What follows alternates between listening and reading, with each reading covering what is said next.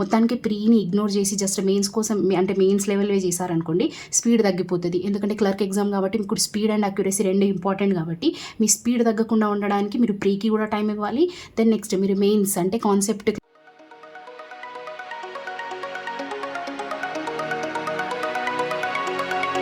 Hi friends, welcome to my YouTube channel Banking Aspirant Telugu. I hope all are you doing good and preparing well for the upcoming exams. So today video is about study plan for SBI Clerk. So మనకు అప్రాక్సిమేట్గా చూసుకుంటే SBI Clerk prelims exam అనేది Feb 22 అంటే expected date అలా అంటున్నారు కదా. So Feb 22 తర్వాత అంటే Feb లాస్ట్ వీక్లో అయినా March 1st సో అలా March 1st వీక్లో సో అలా ఎగ్జామ్ ఉంది కాబట్టి మనకు అప్రాక్సిమేట్గా 30 days అనేది అయితే ఉంది ఎగ్జామ్కి.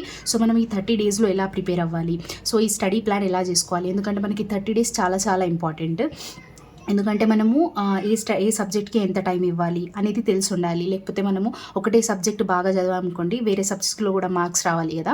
సో మనము ఎలా చదవాలి, ఎలా స్టడీ ప్లాన్ చేసుకోవాలి. సో మీరు డైలీ టు డూ లిస్ట్ అయినా అనుకోవచ్చు, షెడ్యూల్ అయినా అనుకోవచ్చు. సో మనం ఈ 30 daysలో ఎలా ప్రిపేర్ అవ్వాలి, ఏ సబ్జెక్ట్స్కి ఎంత టైం ఇవ్వాలి, కరెంట్ అఫైర్స్ ఇప్పటి నుంచే చదవాలా, సో చదివినా మనం ఎలా రివైజ్ అవ్వాలి, సో ఎగ్జామ్ వరకు మనకి ఎలా గుర్తుంటాయి అవి అనేది అంతా ఈ వీడియోలో చూద్దాం. So let's get in to the video.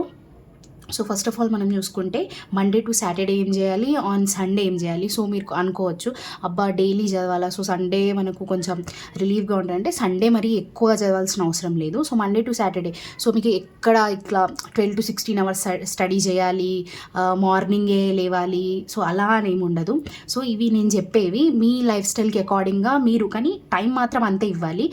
కానీ మీరు ఎప్పుడు లేసినా ఇలా ఇవైతే మొత్తం కవర్ చేయాలన్నట్టు. సో 1 hour సపోజ్ ఇప్పుడు మీరు కొందరికి 7కి లేచే అలవాటు ఉంటుంది, కొందరికి 8కి, కొందరికి 10కి ఇలా లేచే అలవాటు ఉంటుంది కదా. సో పర్లేదు మీరు ఎప్పుడు లేచినా, కానీ ఇవి మాత్రం ఈ అవర్స్ మాత్రం మీ స్టడీకి ఇవ్వండి. సో ఒక్కొక్క సబ్జెక్ట్కి ఎంత టైం ఇవ్వాలో అంత టైం ఇస్తే సరిపోద్ది. మార్నింగే చదవాలి, ఎర్లీ మార్నింగే చదవాలి, అలా చదివితేనే గుర్తుంటుంది అంటే అందరికీ అది సూట్ అవ్వదు కదా. కొందరికి మార్నింగ్ లేచి అలవాటు లేకుండా మీరు లేచి చదివితే అది ఇంకా అసలు అర్థం అవ్వదు కదా. So according to me life style, మీరు ఎలా లేస్తున్నారు, ఎలా పడుకుంటున్నారు, దాని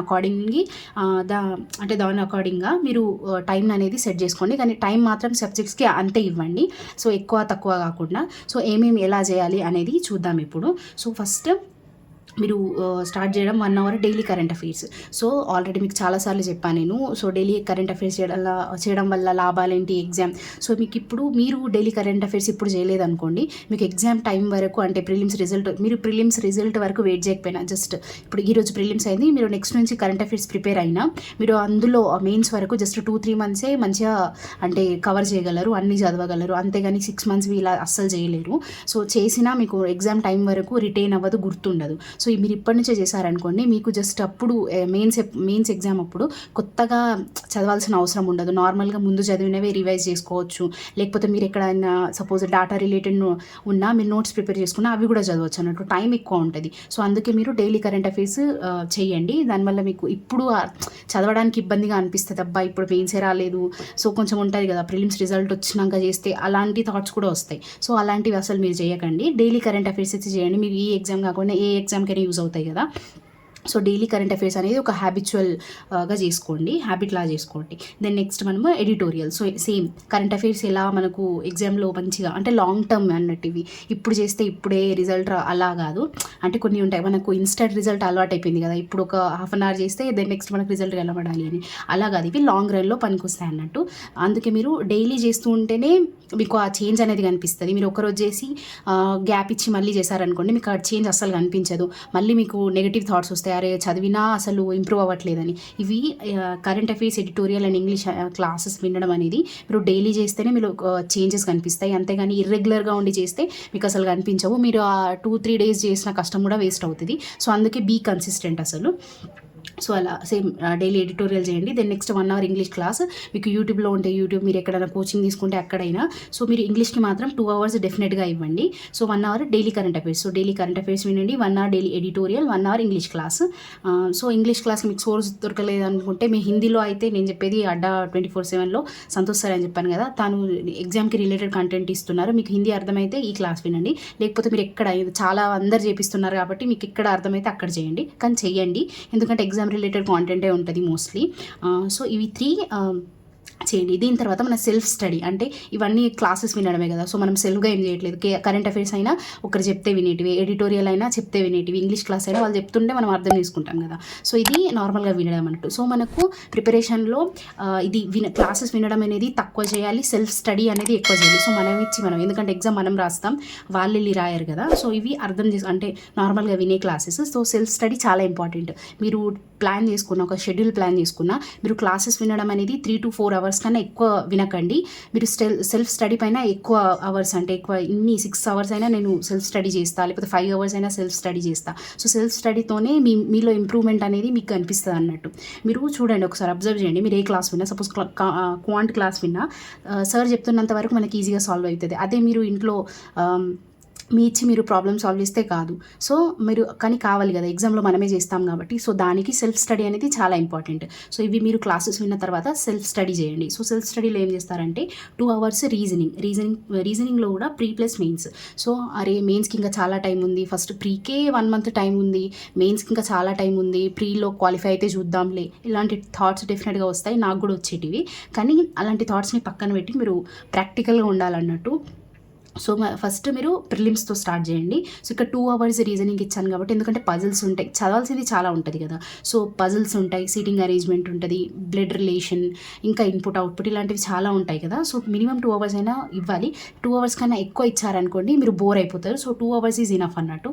సో రీజనింగ్కి ప్రీ ప్లస్ మెయిన్స్ ఎలా చేయాలి అంటే, సపోజ్ ఇప్పుడు మీరు ప్రీ మార్క్స్ ఇస్తున్నారనుకోండి. సో మీరు ప్రీకి సంబంధించిన ఏదైనా ఈజీగా చేస్తున్నారు, ఎక్కువ ఆలోచించాలని అవసరం లేదు, తొందరగా వచ్చేస్తున్నాయి నాకు అన్నప్పుడు మీరు ప్రీకి జస్ట్ 1/2 hour అంటే జస్ట్ స్పీడ్, ఎందుకంటే మీరు మొత్తానికి ప్రీని కూడా వదిలేయద్దు అన్నట్టు. సో మీరు ప్రీకి జస్ట్ 1/2 hour ఇచ్చి మెయిన్స్కి 1.5 hour ఇవ్వచ్చు. లేకపోతే 2 ఈక్వల్గా తీసుకోవాలనుకుంటే 1 hour దీనికి 1 hour దీనికి. సో మెయిన్స్కి 1 hour కూడా సరిపోద్ది, ప్రీకి కూడా సరిపోద్ది. అంతేగాని మీరు జస్ట్ ఇప్పుడు ప్రిలిమ్సే ఉంది కదా అని జస్ట్ ప్రిలిమ్స్ని ప్రాక్టీస్ చేయడం, లేకపోతే నాకు ఆల్రెడీ ప్రిలిమ్స్ వచ్చేసింది అంటే ప్రిలిమ్స్ లెవెల్ పజిల్స్ వచ్చేసినాయి, సీటింగ్ అరేంజ్మెంట్ వచ్చేసినాయి, మార్క్స్లో మంచిగా పర్సెంటైల్ కూడా 95% వస్తుంది అనేది మొత్తానికి ప్రీని ఇగ్నోర్ చేసి జస్ట్ మెయిన్స్ కోసం అంటే మెయిన్స్ లెవెల్వే చేశారనుకోండి, స్పీడ్ తగ్గిపోతుంది. ఎందుకంటే క్లర్క్ ఎగ్జామ్ కాబట్టి మీకు స్పీడ్ అండ్ అక్యురసీ 2 ఇంపార్టెంట్ కాబట్టి మీ స్పీడ్ తగ్గకుండా ఉండడానికి మీరు ప్రీకి కూడా టైం ఇవ్వాలి.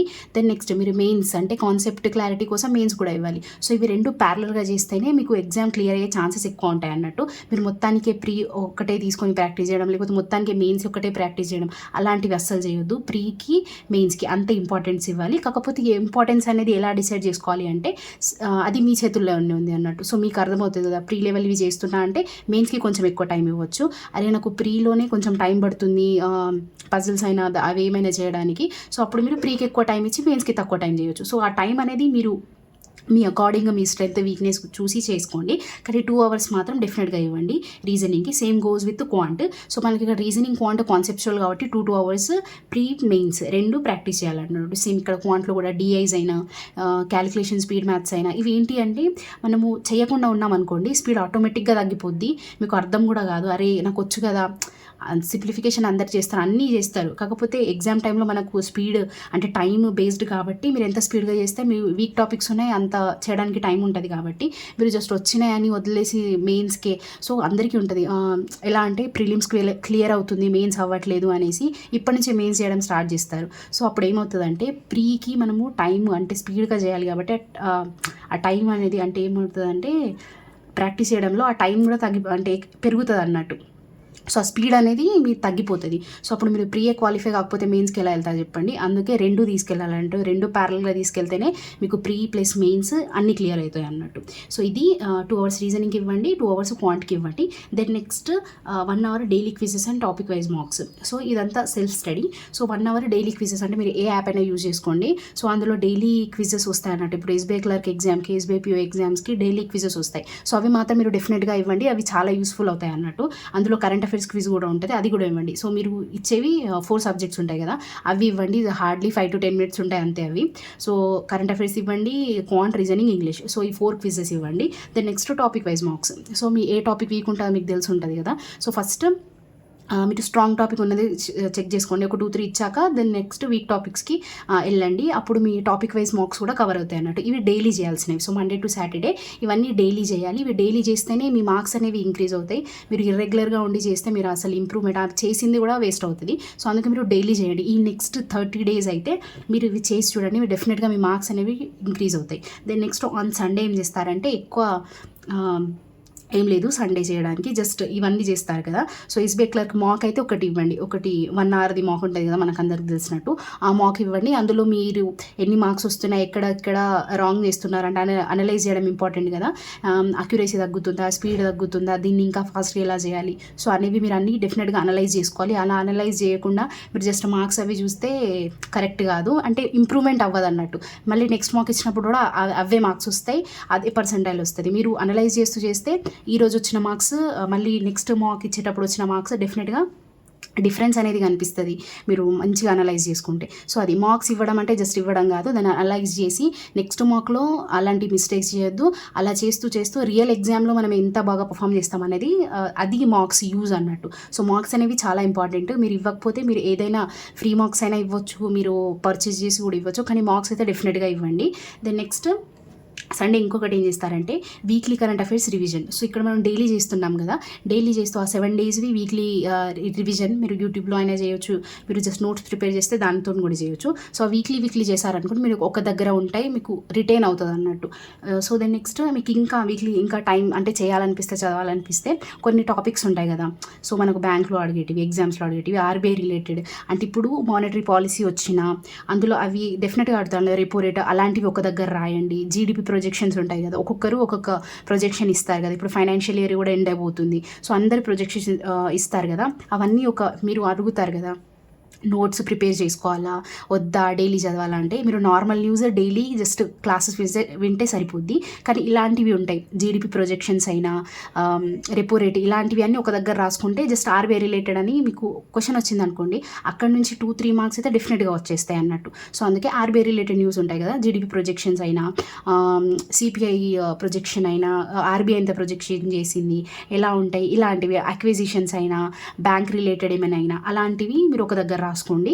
దెన్ నెక్స్ట్ గవర్నమెంట్ స్కీమ్స్ కూడా, అంటే వాటి మినిస్ట్రీ ఎవరు, ఏమైనా చేంజెస్ అయినాయా, ఆల్రెడీ ఉన్న దాంట్లో గవర్నమెంట్ స్కీమ్స్ అంటే అన్నీ చదివేయకుండా ఇప్పుడు ప్రెజెంట్గా దాంట్లో ఏదైనా మోడిఫికేషన్ జరిగిందా అలాంటివి ఎక్కువ ఇంపార్టెంట్, అవి అడుగుతాడు. సో అందులో స్టేట్మెంట్ బేస్ కూడా అడుగుతాడు కాబట్టి మోడిఫికేషన్స్ ఏం జరిగినాయి, ఏ ఇయర్లో ఎస్టాబ్లిష్ అయింది, అంటే ఏ ఇయర్లో రిలీజ్ చేశారు స్కీమ్ని, అలాంటివి చదవండి. అది ఎవరికి యూస్ఫుల్ అవి చదవండి. దెన్ నెక్స్ట్ బ్యాంకింగ్ అవేర్నెస్, ఎందుకంటే మనకి ఇప్పుడు ఇంటర్వ్యూస్ కూడా, అంటే IBPS, PO mains, UBI, LBO mains result వచ్చాయనుకోండి, దానికి బ్యాంకింగ్ అవేర్నెస్ మనం ఎలాగో చదువుతాం కాబట్టి మీరు అంటే ఎస్బీఐ క్లర్క్లో కూడా అడిగే ఛాన్సెస్ ఉంటాయి కదా. సో 1-2 క్వశ్చన్స్ అయినా అడుగుతాడు బ్యాంకింగ్ అవేర్నెస్ నుంచి.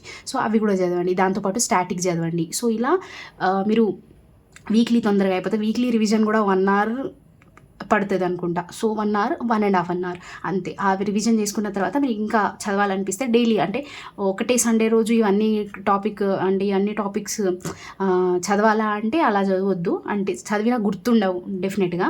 సో ఒకటి ఆర్బీఐ ఒక సండే తీసుకోండి, దెన్ నెక్స్ట్ గవర్నమెంట్ స్కీమ్స్ ఒక సండే తీసుకోండి. సో అలా చేసి మీరు చేయొచ్చు. సో ఇది Monday to Sunday plans. So Monday to Saturday మాత్రం ఇవి డెఫినెట్గా చేయండి. ఆన్ సండే ఎస్బీఐ క్లర్క్ మాక్ అనేది మనకి ఎగ్జామ్ ఉంది కాబట్టి ఇదైతే మస్ట్. వీక్లీ కరెంట్ రివిజన్ మీరు చేస్తే, అంటే ఇప్పుడు చేస్తే అప్పటికి ఎక్కువ బర్డెన్ ఉండొద్దు అనుకుంటే రివిజన్ చేయండి. సేమ్ ఇది కూడా మీకు చేయాలనిపిస్తే, చదవాలి అంత క్లియర్గా ఉండాలి, నాకు కన్ఫ్యూజన్ ఉండొద్దు అనుకుంటే ఇవి చేయండి. సో మస్ట్ అయితే చేయాల్సినవి మండే టు సాటర్డే అయితే ఇవి. అండ్ ఎస్బీఐ క్లర్క్ మాకు వీక్లీ అయితే ఒకటి ఇవ్వాలి. ఇప్పుడు ఎగ్జామ్ డేట్స్ రాలేదు కదా, సో ఒకటైతే ఇస్తే సరిపోద్ది. సో ఇక్కడ మీరు చూసుకుంటే ఎన్ని అవర్స్ స్టడీ అవుతుందంటే 2 to 4, 5, 6, 7, 8 hours స్టడీ ప్లాన్ అన్నట్టు. దీనికన్నా ఎక్కువ చదవాల్సిన అవసరం కూడా లేదు. మీరు 10 hours, 60 ఉంటారు కదా, 12 hours ఇలాంటివి చదివి అంత చదవాల్సిన అవసరం కూడా లేదన్నట్టు, అది చెప్తున్నా. సో జస్ట్ 8 hours ఇట్లా ప్రాపర్గా ప్లాన్ చేసుకున్నారనుకుంటే అన్ని సబ్జెక్ట్స్కి మోస్ట్లీ 2 to 2 hours క్లాసెస్ మనము అంటే టైం ఇచ్చేసాం కదా, సో అది మోర్ దాన్ ఇనఫ్ అన్నట్టు. సో ఇలా చదివారనుకోండి మీకు అసలు ప్రిలిమ్స్కి టెన్షన్ ఉండదు, మెయిన్స్కి కూడా టెన్షన్ ఉండదు, ఎందుకంటే ఇక్కడ మనం ప్రిలిమ్స్ ప్లస్ మెయిన్స్ ప్రాక్టీస్ చేస్తున్నాం కాబట్టి. సో ఇది నెక్స్ట్ 30 daysకి పర్ఫెక్ట్ ప్లాన్ అన్నట్టు. మీరు అసలు ఇది డైలీ చేశారనుకోండి మీ మార్క్సే మీకు చెప్తాయి. సో మార్క్స్లో మీరు రాస్తారు కదా, ఆ మార్క్స్ చెప్తే మీ రియల్ టైం ఎగ్జామ్లో కూడా మీరు అలానే పర్ఫామ్ చేస్తారు. సో ఇవి అయితే మీరు డైలీ చేయడానికి ట్రై చేయండి. ఇది అయితే entire study plan for next 30 days. ఇది మీరు ఆన్ డైలీ బేసిస్ చేశారనుకోండి, మీరు డెఫినెట్‌గా ఎస్‌బీఐ క్లర్క్ ఎగ్జామ్ అనేది క్వాలిఫై అవుతారు. So that's it for the video. ఈ వీడియో మీకు హెల్ప్‌ఫుల్‌గా అనిపించినట్లయితే మీరు డెఫినెట్‌గా లైక్ చేయండి. మీరు నాకేమైనా సజెషన్స్ ఇవ్వాలనుకున్నా, మీకు ఏ టాపిక్ పైన వీడియో కావాలనుకున్నా, do let me know in the comment section and subscribe to my YouTube channel banking aspirant Telugu. I hope you love this video. See in the next video. Bye bye.